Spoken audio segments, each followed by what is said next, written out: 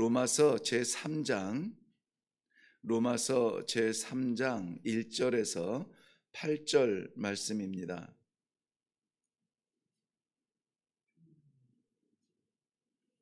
네, 우리 같이 읽겠습니다. 시작. 그런즉 유대인의 나음이 무엇이며 할례의 유익이 무엇이냐? 범사에 많으니 우선은 그들이 하나님의 말씀을 받았음이니라. 어떤 자들이 믿지 아니하였으면 어찌하리요?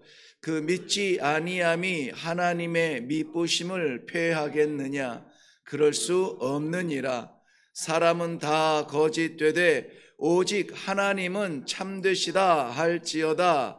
기록된 바 주께서 주의 말씀에 의롭다함을 얻으시고 판단 받으실 때에 이기려 하심이라 함과 같으니라. 그러나 우리 불의가 하나님의 의를 드러나게 하면 무슨 말하리요? 내가 사람의 말하는 대로 말하노니 진노를 내리시는 하나님이 불의하시냐? 결코 그렇지 아니하니라. 만일 그러하면 하나님께서 어찌 세상을 심판하시리요?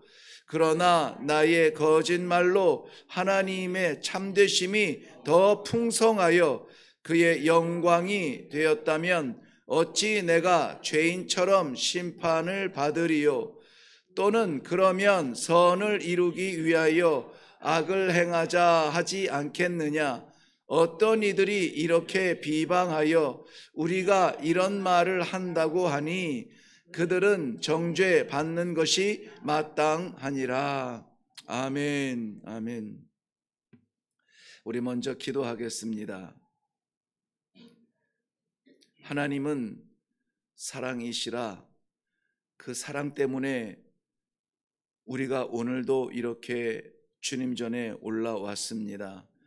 그러나 그 사랑이 핑계가 되어서 무한 사랑으로 내 부끄러움을 덮으셔야 합니다. 여전히 부끄러운 길에서 벗어나지 않으려고 하는 우리의 부끄러움을 용서하여 주시옵소서. 하나님 사랑에 맞는 사람 되게 하시고 하나님 사랑 드러내는 성도의 삶이 되도록 오늘도 말씀 가운데 깨닫게 하시고 지키게 하시고 그렇게 삶으로 말미암아 우리를 바라보시는 아버지를 기쁘시게 하는 성도의 삶이 되게 하여 주시옵소서. 감사드립니다. 이 시간에도 말씀하여 주실 줄로 믿사옵고 예수님의 이름으로 기도하옵나이다. 아멘, 아멘. 로마서는 우리가 잘 알듯이 16장 기록된 가운데 11장까지는 구원에 대하여서 교리적으로 설명하고 있습니다. 구원은 성도가 준비되고 어떠해서 구원받는 것이 아니요 온전히 전적으로 하나님의 사랑이요 하나님의 은혜요 하나님의 섭리로 말미암아 구원받는다. 간단하게 정리하면은 그렇습니다. 그리고 12장 이후로는 그럼 구원받은 사람은 어떻게 살 것인가 삶의 이야기를 기록하고 있습니다. 오늘 말씀도 이 조금 어려운 부분이 문학적 표현으로는 어렵습니다만 아주 단순한 것이죠. 하나님의 은혜로 말미암아 구원을 받는다고 해서 우리의 부끄러운 죄도 용서받는다고 해서 하나님의 그 구원과 사랑을 핑계하여 여전히 죄 가운데 있을 수 있겠느냐? 그럴 수 없느니라. 그것을 핑계로 하여서 여전히 죄 가운데 버티고 있지 말라. 빛 가운데 사랑 가운데 은혜 가운데 나오라는 말씀입니다.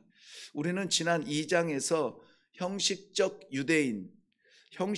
유대인의 무지와 교만을 책망하시는 하나님의 말씀을 따갑게 받았습니다. 하나님께서는 분명 이스라엘 백성 히브리 민족을 택하셨습니다. 민족을 택한 것은 아니죠. 아브라함을 택하셔서 히브리 민족을 이루게 하시고 또 이스라엘과 유대인으로 불리우게 되었죠. 하나님의 백성은 어떻게 살아간다는 것을 모델로 세우셨습니다. 그래서 광야 가운데에서도 하나님께서 함께 하심으로 말미암아 경험하지 못한 40년 광야와 전쟁들을 이기게 하시고 차지할 수 없었던 가나안 땅을 들어가서 차지하게 되는 놀라운 축복의 현장을 역사에 남겨 주셨습니다. 그런데 오히려 영광과 찬송을 올려야 되는 그러한 유대인 때문에 하나님의 이름이 이방인 가운데 율법도 없고 할례도 모르는 이방인 가운데 하나님의 이름이 오히려 모독을 당하고 있다. 모독을 당하고 조롱을 당하는 처지가 된다면 어떻겠느냐? 우리로서는 상상할 수 없지만 분명히 이 시대에도 현실적으로 나타나는 일을 그 시대에 이 말씀으로 남겨놓으셨습니다. 어쩌면은 할례도 모르고 율법도 없는 그러한 이방인들 앞에서 우리의 책임을 다하지 못하는 그러한 부끄러움과 연약함을 로마서는 시작하면서 우리들에게 우리의 덕지덕지 붙어 있는 그러한 교만과 오만과 무지를 마치 정으로 때리시듯이 이렇게 말씀 가운데 깨닫게 하시는 것을 볼 수가 있습니다. 이것은 하나님의 부족함 때문이 아니죠. 하나님의 어떠한 완전하지 못함 때문이 아닙니다. 이스라엘 백성들, 유대인들이 말씀만 가지고 그렇게 살지 않았기 때문입니다. 성도가 하나님의 구원받은 것에 대한 감격만 있지 자기의 역할, 즉 하나님의 구원의 역사를 세상에 선포하며 내가 그렇게 된 사람입니다. 내가 죽을 놈이고 내가 죄 가운데 있었는데 하나님께서 나도 알 수 없는 순간에 내가 태어나기도 전에 창조하시기도 전에 나를 택하사, 이건 우리 믿음의 시작입니다. 그냥 고백이 아니라 믿음의 시작이에요. 창세 전에 나를 택하사 이 시대에 보내시기로 작정하고 우리에게 하나님의 믿음의 사람으로 살 수 있도록 환경과 또 시간과 공간과 가정과 교회와 이러한 것들을 허락해 주셨습니다 라고 하는 성도, 즉 하나님의 구원받은 백성의 모델이 되어야 될 터인데, 그렇게 되지 못할 때에 이해할 수 없는 유대인들의 그 행적으로 하나님의 이름이 조롱받듯 오늘도 이해할 수 없는 우리들의 믿음으로 하나님은 조롱받는다. 말씀을 같이 나누었습니다. 그러면 우리 성도는 어떻게 해야 됩니까?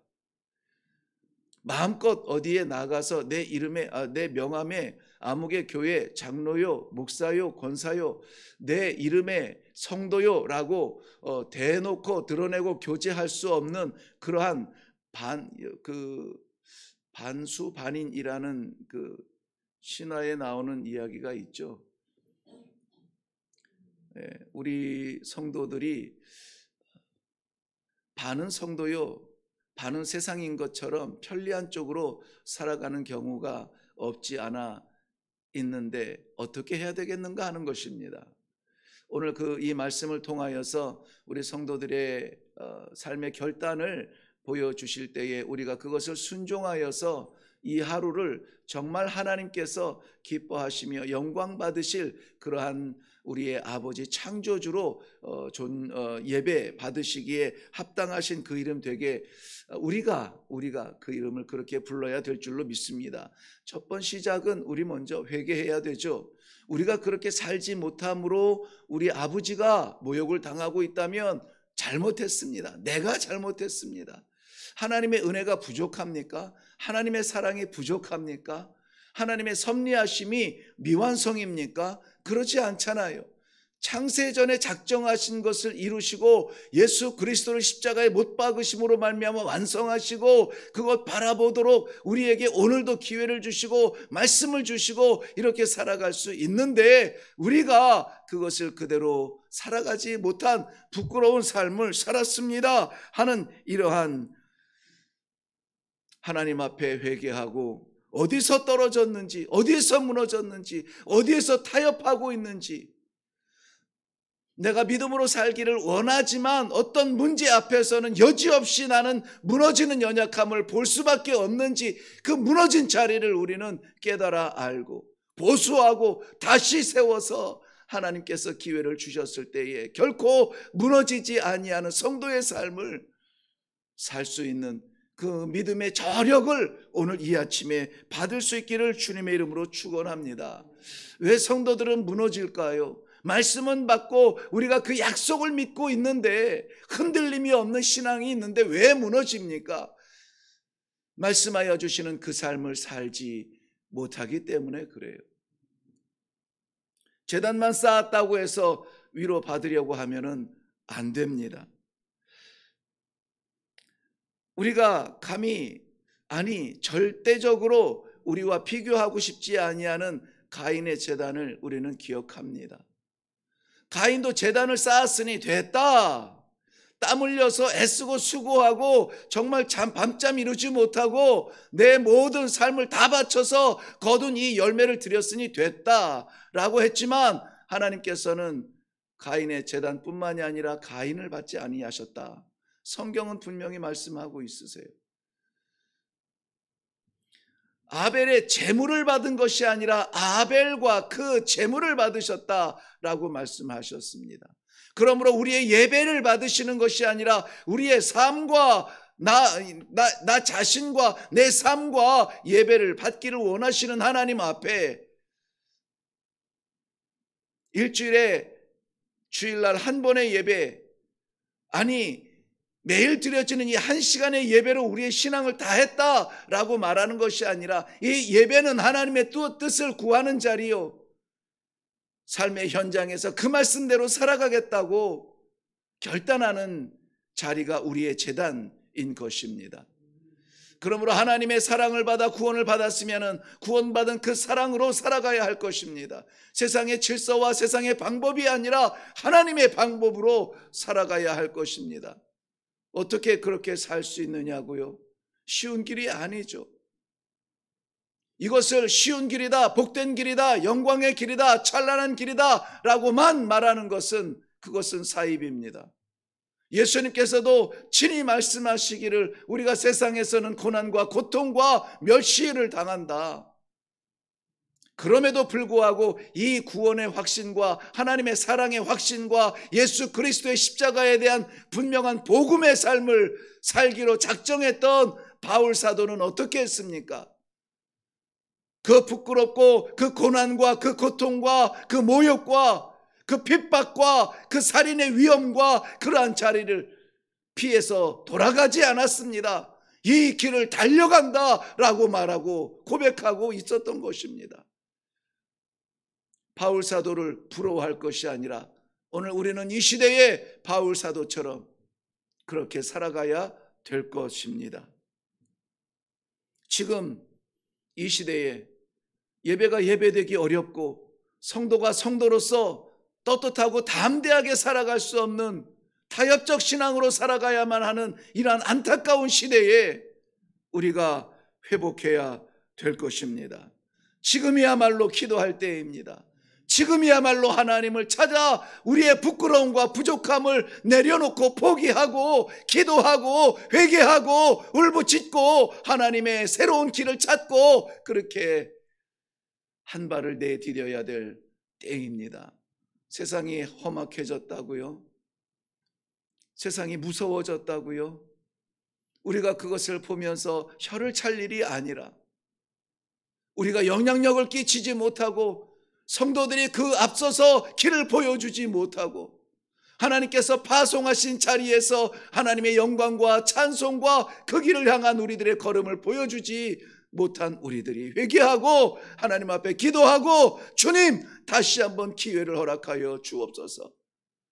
찬양해야 될 내 입술이 침묵했습니다. 증거해야 될 내 입술이 침묵했습니다.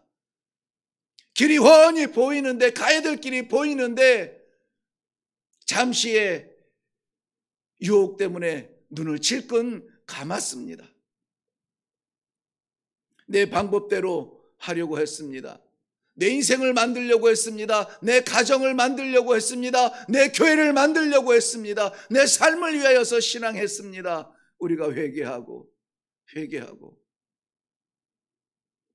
하나님 앞에 돌아서야 될 때라고 말씀하고 있는 것입니다. 본문에서는 하나님의 말씀을 받은 유대인들이 그러면은 삶을 제대로 살지 못한다 하여서 유익한 것이 없겠느냐? 아니다, 많다고 그랬어요. 유익한 것이 많아요. 우리 성도들에게도 유익한 것이 많습니다. 힘들고 어렵고 신앙을 붙들기에는 고난의 삶이 될지라도 아닙니다. 유익한 것이 많아요. 로마서를 조금 지나다 보면은 9장 4절 이후에 이렇게 기록되었습니다. 그들은 이스라엘 사람들이라. 그들에게는 양자됨과 영광과 언약들과 율법을 세우신 일과 예배와 약속들이 있고 조상들도 그들의 것이요 육신으로 하면 그리스도가 그들 가운데서 나셨으니 그는 만물 위에 계셔서 세세에 찬양받으실 하나님이시라. 하나님이신 예수 그리스도가 그들 가운데 나셨다는 것이죠. 우리들에게도 신앙생활이 그냥 하나님께서 우리를 못살게 구시고 세상에서 핍박을 당하려고 몰아내는 것처럼 느껴지지만 아니에요. 아닙니다. 사단의 유혹으로 그렇게 보이며 그렇게 배고픈 것처럼 느끼며 아무것도 없는 것처럼 우리의 빈손을 바라보게 하지만 성도들은 하나님께서 주신 것이 참 많습니다. 너무나 많아요. 셀 수 없는 은혜가 우리에게는 있습니다. 먼저는 하나님의 자녀라 양자됨을 허락하셨습니다. 하나님의 자녀예요. 하나님의 나라를 상속할 수 있는 하나님의 자녀입니다. 그 영광과 언약과 율법들을 우리들에게 주셨습니다. 날마다 주십니다. 궁금해서 찾게 만드십니다. 이럴 때는 어떻게 해야 되는지 궁금해서 말씀을 펴게 하십니다. 예배와 약속들이 있다고 했습니다. 하나님을 인정하고 찬양하는 예배가 여러분 거저되는 것 아닙니다. 하나님께서 우리들에게 허락하셔야 드릴 수 있는 예배예요. 그거 예배 안 드리겠다고 버티고 있는 자리에서 무슨 영화를 누리겠습니까? 무엇보다도 우리에게는 하나님이신 예수 그리스도가 우리 안에 출생하셨습니다. 하나님의 말씀을 받는 것만으로도 특권 중에 특권입니다. 하나님의 말씀을 받을 수 있도록 우리들에게 양심의 문을 열게 하시고 하나님께서 이렇게 기회를 주시는 것, 이것보다 더 큰 특권이 없습니다. 그 말씀 때문에 우리는 하나님의 백성이 되었고 하나님의 자녀라고 하는 이러한 확신을 다시 한번 갖게 되는 것입니다. 그것을 위해서 말씀으로 인하여서 바로 그 언약의 약속으로 인하여서 우리는 오늘도 하나님의 자녀요, 하나님의 성도요, 하나님의 백성으로 살아갈 수가 있는 것입니다. 이 모든 것이 하나님의 은혜라고 오늘 본문 말씀은 말씀하고 있습니다. 신실하신 하나님의 은혜, 신실하신 하나님의 은혜입니다. 사람의 무엇이 아니라 하나님의 은혜로 우리의 삶은 돌아가게 될 것입니다. 자격으로 치면은 못 미치죠. 그런데 은혜로 우리를 채우시는 아버지의 사랑이 오늘도 우리를 성도로 세워 주실 것입니다. 하나님의 오늘 본문에서는 미쁘시다라는 표현을 했는데 미쁘시다라는 말은 신실하다는 말씀이에요. 정확하다는 것이죠. 그대로 지키시는 거예요. 하나님의 미쁘심은 떠나지 않습니다. 하나님의 미쁘심은 패하지 않습니다.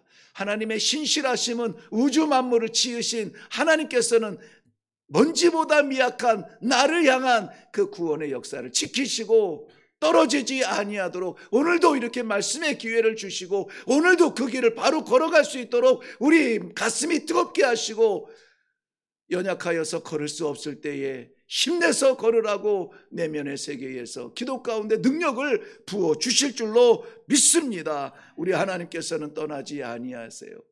세상에서는 우리에게 정말 하나님이 살아계시냐라고 말하지만은 우리 하나님께서는 떠나실 수가 없습니다. 오늘 본문에서 구약 성경을 살짝 인용을 했는데요. 그것은 시편 51편 4절이라 주석이 붙은 부분에 보면은 이렇게 되어 있습니다. 주께서 주의 말씀에 의롭다함을 얻으시려고 판단받으실 때에 이기려 하심이니라. 이것은 다윗이 밧세바를 범하고 나서 하나님께서 회개의 기회를 주셨을 때 회개하고 눈물이 침상을 떠내려가도록 밤낮 부르짖고 하나님 앞에 용서를 구할 때에 하나님께서 용서하시고 죄를 없이 하시고 죄로 인한 출생은 죽음이요 은혜로 인한 출생의 시대가 열리게 하신 것이 솔로몬입니다. 그러므로 우리에게 연약한 것은 하나님의 은혜를 깨닫고 믿고 붙들고 나아가려고 하는 결단이지 하나님의 은혜가 부족한 것이 아니요 하나님의 사랑이 부족한 것이 아니니 오늘도 이 아침에 기도하실 때에 아무쪼록 모양만 갖고 살아가는 성도가 아니라 하나님 아버지의 그 영광과 그 찬란한 이름에 누가 되지 아니하도록 성도로 살아가게 하여 주시옵소서. 오늘 주의 손에 붙들려서 살아감으로 말미암아 하나님 앞에 기쁨이 되는 성도가 되도록 주님 도와주시옵소서. 기도하며 내려갈 수 있기를 바랍니다. 기도하겠습니다. 하나님 아버지 감사합니다. 참되시고 참되시고 거룩하신 우리 하나님께서 부르신 주님의 백성들에게 오늘도 말씀하여 주십니다. 너 못됐다, 너 못났다, 너 부족하다.